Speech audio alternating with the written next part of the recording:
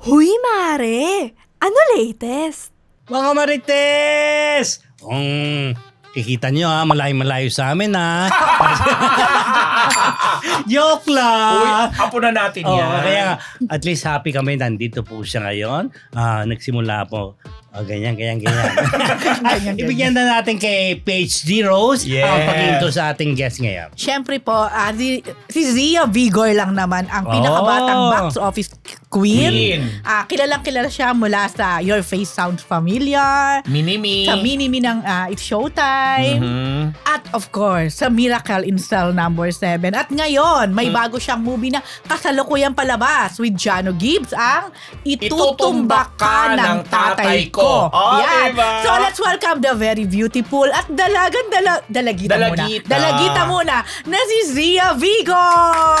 Welcome Zia sa Marites University. Parang sa uniform po, parang part na ako ng Marites University.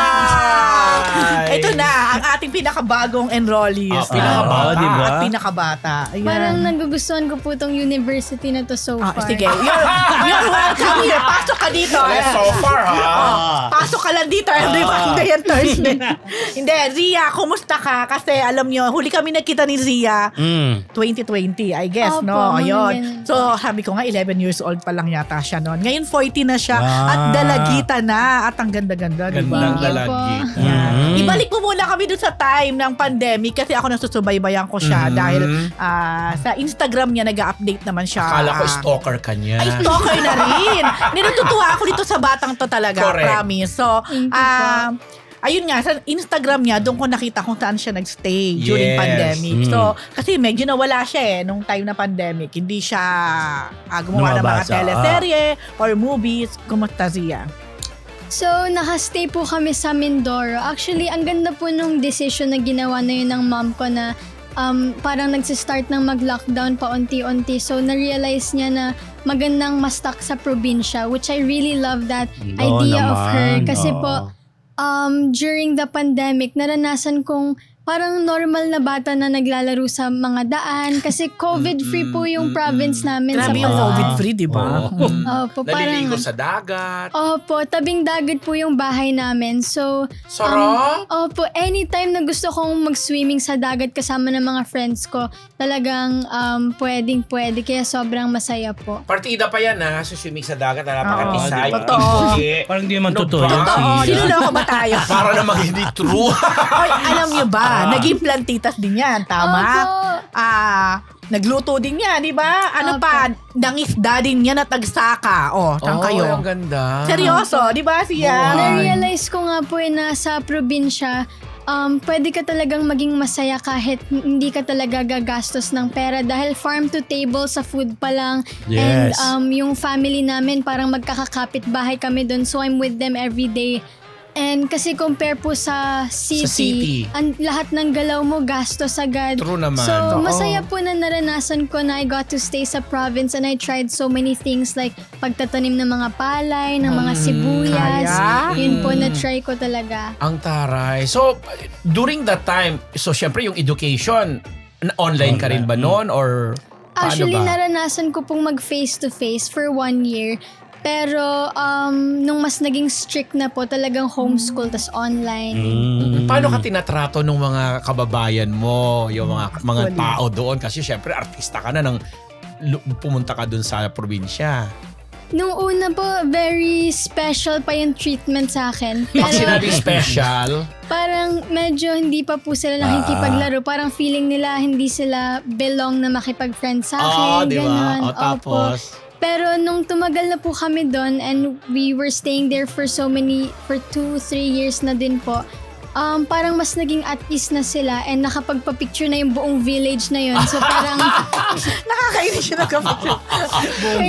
siya nag-rain na talaga siya doon sa Of lugar course. nila, di ba? mga ano na po, naging normal na lang. Tapos they treated me normal na rin po, which I love kasi naranasan kong normal na tao lang. Pag dumadaan, hindi ka man lang titingnan na ganun. Parang normal lang na nakatira ako doon. So yun po, masaya po ako na-experience ko po So yun. wait lang, paano nung kailangan mo nang bumalik? Kailan Yan ka na. bumalik? Tapos paano din sila? Baka parang nagkasepunk ba to? Oo. Paano? I would say na sa province, sobrang nag-enjoy ako doon. And nung tinanong na ako ni mommy, binigyan niya ako ng say talaga na if I want to just stay pa rin sa province or we can go back to England and I can just finish my studies there. Or we can go back to Manila and sign with Viva, which I'm very thankful sa Viva dahil sila talaga yung tumanggap sa akin when we went back. So yun, sinabi ko po kay mommy na I want to go back to Manila and do something that I love again, which is making movies and being part of the showbiz industry. And yun po, I wouldn't say may any regrets ako. I love my life sa province and sa city. Namimiss ko actually pares. Pero I know that I can go back sa province naman anytime.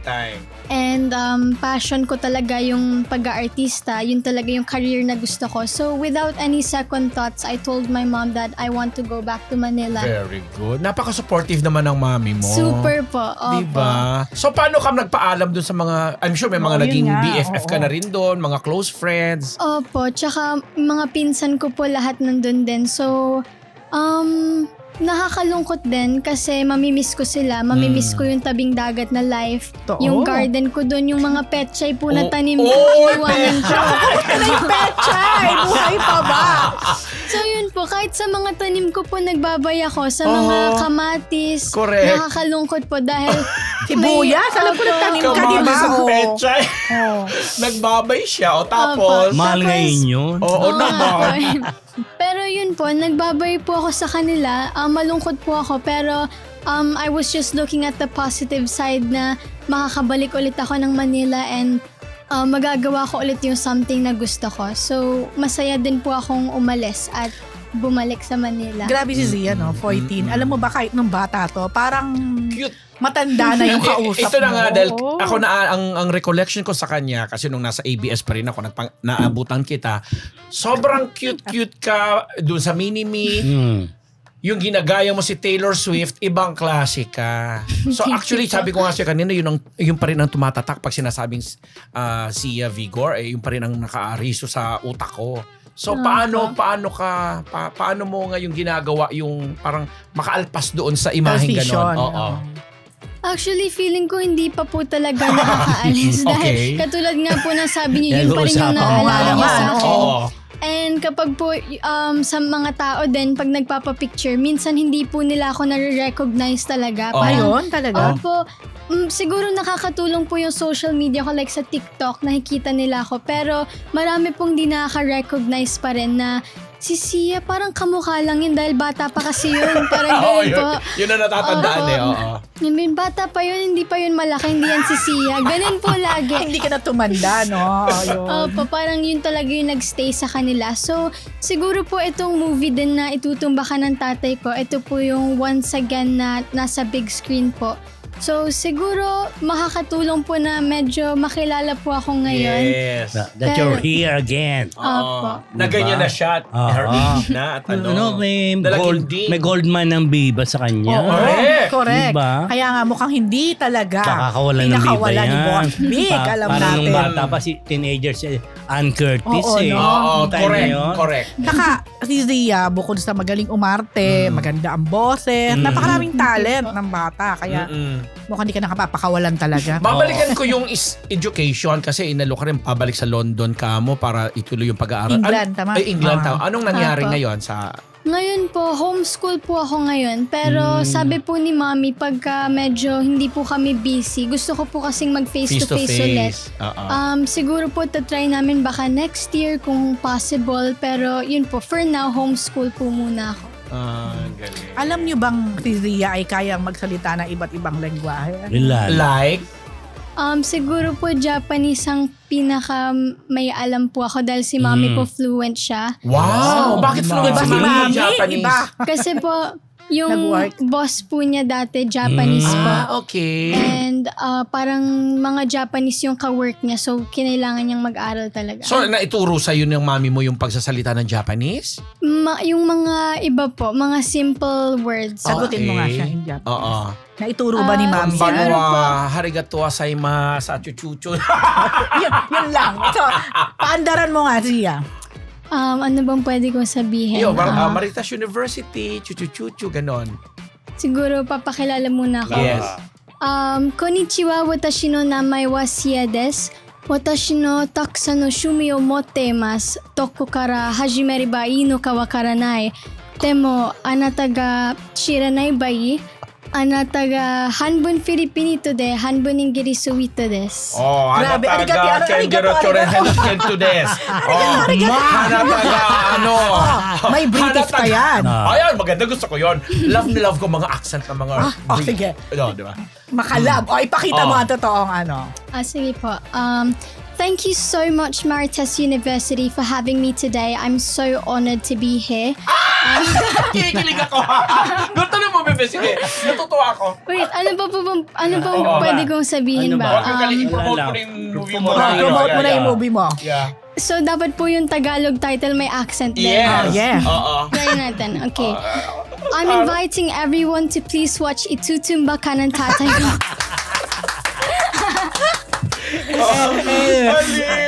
Ayun nga. Hoy, Boss Vic, sunod-sunod mo mga projects diba? nito, ha? Huwag sayangin, Boss Vic. Naku naman. Speaking Boss of Vincent. your movie, last mong nakasama si Ronaldo Valdez. Yan. Apo. Ano yun, that time? Kumusta siyang artista? Well, I told Tito Jano nga po like few days ago, I thanked him for giving me the chance to work with Lolo Sir, Sir Ronaldo Valdez.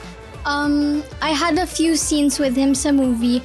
I just wish that I could have had more time to talk to him. Syempre, veteran actor siya. Sana may nakuha akong mga tips from him sa acting. Pero siguro meron naman akong observation sa kanya na very natural siya mag-deliver ng line. Hopefully ako makuha ko din yun sa acting ko.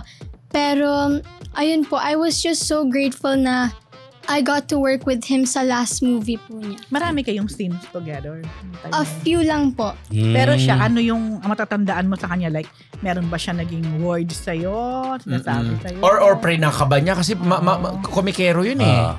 Actually, si Sir Ronaldo Valdez, sa set po, very jolly siya. Masayahin po siyang tao. Lagi po siyang nakangiti. Walang time na tinignan ko siyang nakasimangon siya. Lagi siyang nakangiti po. And nung last day of shoot po kasi maraming mga food, ganyan. Parang siya po yung nakauna dun sa mga lechon, ganyan po.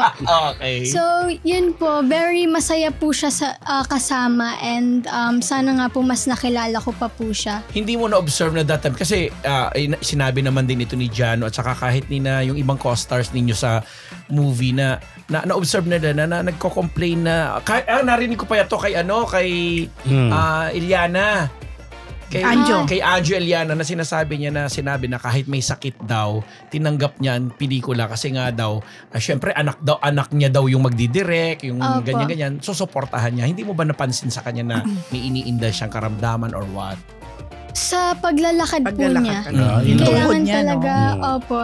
Pag naglalakad po siya, sobrang mabagal po. Kailangan may nag-guide talaga sa kanya. So, naawa din po ako dahil parang bawat hakbang niya, ang daming effort na kailangan ibigay. So, yun po siguro yung napansin ko.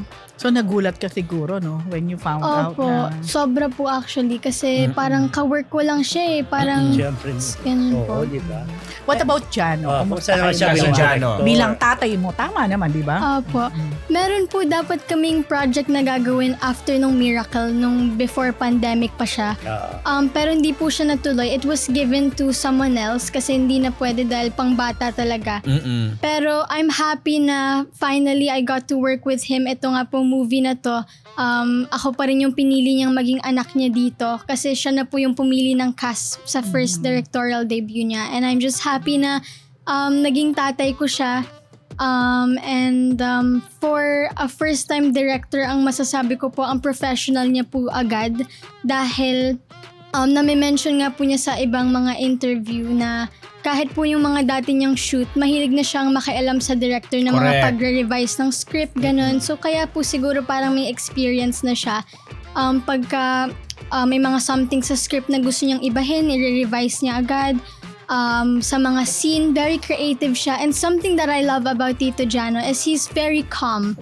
Parang yun po siguro yung importanteng meron sa isang director na calm ka dahil kahit may mga eksenang kailangan ng makunan agad. Hindi po siya parang natataranta or he's very calm. So that's something that I love about him.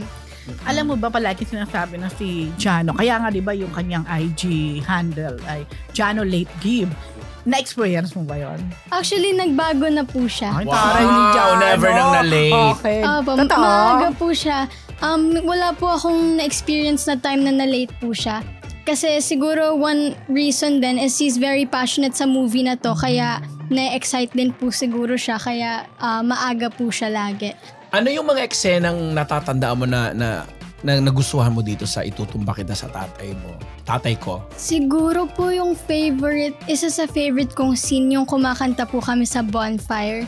Dahil it reminds me of my real dad kasi yun po yung bonding din namin together. We sing together. Wow. Tapos si daddy rin yung nagigitara and si Tito Jano, yun po yung sa eksena na yun, siya din po yung nagigitara tapos ako po yung kumakanta. So, it reminds me of my dad din and very touching yung scene na yun. Ano yung kinakanta niyo? Pangako. Yung kanta ni Jano. Kanta ba ni Jano? Ay, Ni Regine. Regine. Regine. So, yun po siguro isa sa favorite kong scene. Speaking of singing, ganyan-ganyan, may plano ka ba sa career mo na i-continue pa rin yung singing career mo? Aside from acting?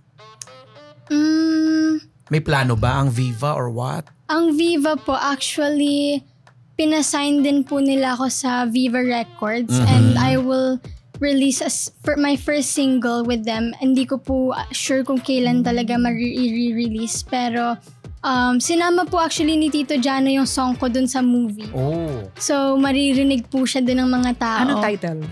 Gusto Mo Ako. Yun po yung Gusto title. Mo Ako. Ikaw ang nag-compose. Hindi po. Pero nag-write ka din ng mga songs.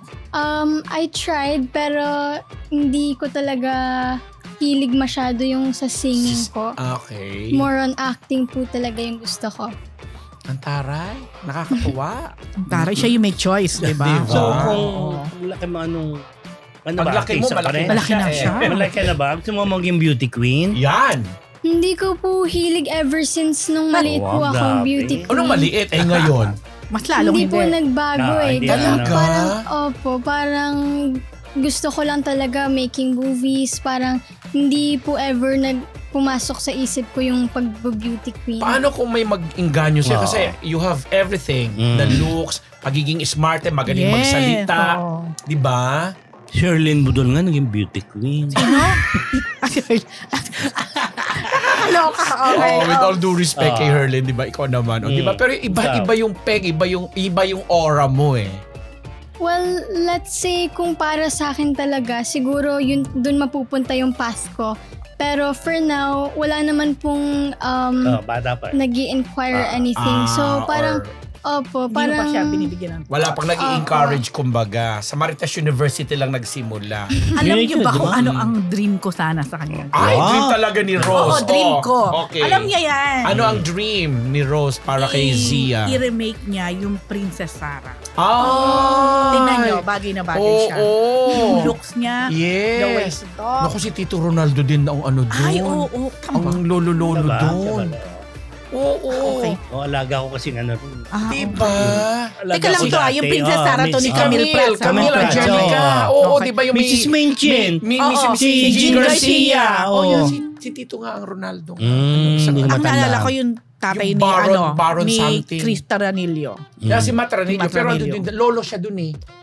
Lolo. Anyway. Research yun na So, lang. oo. Oh, yun. Ano, So anyway, Zia? yun nga. Kasi diba, at magaling siya mag-British. Oh. Yes. So pwede, diba? Oh. Why not? At pwede pa rin siya kahit na sabi mong 14. Oh. So hindi pa ako... Kaya Boss Vic, kung ako sa'yo, kunin mo na ang rights ng Princess Sarah. So maiba lang ako. Kasi, syempre, 40 nagdadalaga. Mami, magtatanong ako ha, magbubusina ako May ha. busina. Oo, kasi baka mamaya, syempre, ganda-ganda. May mga kaidaran din siyang, alam mo yun. Si Ann Curtis nga, nagkaroon ng puppy love nung mga 13-12 lang siya, di ba? May mga naniningalang pugad na ba dyan? Wow, alam mo. Ang lalim na Tagalog nun. Yung nagpaparamdam ng mga kaidaran mo na, ay, ang cute-cute ni Zia, ganyan-ganyan. Mga boys ha. Mami ha, nagtanong ako. hindi ko po alam kasi wala po akong mga boys na kinakausap or Or kaibigan. May mga friend po ako pero hindi regular na kinakausap talaga. So wala po akong idea kung meron or... Oo. Pero I'm sure maraming humahanga sa'yo, nagkakaka. Hintay mo muna maging dalaga. Hindi, kinaano ko na. At hayaan mo na Kaya natin. mo na India niya. Meron din siya mga advocacies pala. Ay, gusto ko yan. So, Oo. you can share. Bukod sa pagiging plantita. with the Marites. So, ambassador po ako sa Save the Children Philippines and sa WWF. Save the Children Philippines. Philippines. Saan yan based? Saan ba siya based? Mindoro or dito sa Manila? Dito po sa QC. QC. Pero marami pong countries ang Save the Children sa US, UK. So, being part of this, like last year, nakasama po ako sa UN Wow. sa Thailand. So, dahil nga po maraming mga Save the Children sa different countries, nagiging part din po ako. And I'm happy na may nagagawa po ako sa community. Correct. And syempre bilang artista, I know that I have a lot of influence sa mga tao, lalo sa kabataan. So, I want to use my voice na maging part ng mga gantong advocacies kasi I know that I can influence a lot of people na hopefully maging aware din sila sa mga pangyayari like sa Save the Children and sa WWF for the environment din.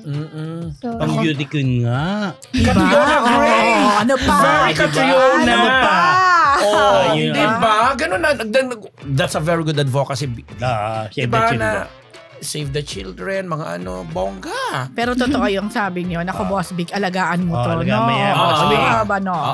Boss Vincent, Ma'am Boss Veronique, sina Verb. Maraming bibigyan na pera sa iyo yan.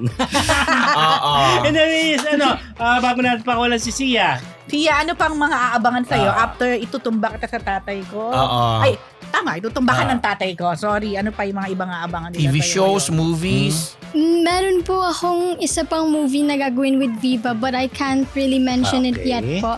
Pero yun po siguro. Pero for now, yung itutumba ka ng tatay ko and yung pag-release po ng single ko po. And my social media accounts din po. Yes. Yeah, ano, i-promote mo Go yung ahead. TalkMed? My Instagram is Sia Bernardo and you can follow me on TikTok. My TikTok is Sia Vigor _ Oh, diba? Parang Oy, good luck, babe. Babalik ka sa amin, ha? Ay, part nga po ako ng Ay, Marita okay. Diba, ano yan? Child enrollee natin. Oo, the youngest. Siya, matawag na sa pambata. Saan ka pa? Hindi Box naman LM, office. high school. Box office Yung mas queen. bata. Hindi Magugulat po Ano, kayo pre? pag wala po kayo dito, nag-i-interview din po. Ah, very good. Oh, Baka gusto namin naman. yan. Baka Diba? naman. Gusto namin yan. Again, thank Go you very ahead. much, Sia. Thank you po. Thank you, Sia. Thank you, Mami Christy. Thank you, Mami. Napakabait Thank you. ng mag-ina na yan. As in. Thank you po. Diba mga Martes, supportahan po natin si Zia Vigor at panoorin po natin yung last movie niya, yung singing niya. Itutumba ka Itutumba ka ng tatay ko. Palabas Okay. pa po yan. Yes. Yes. Po. Okay, magbabalik po ang Marites University!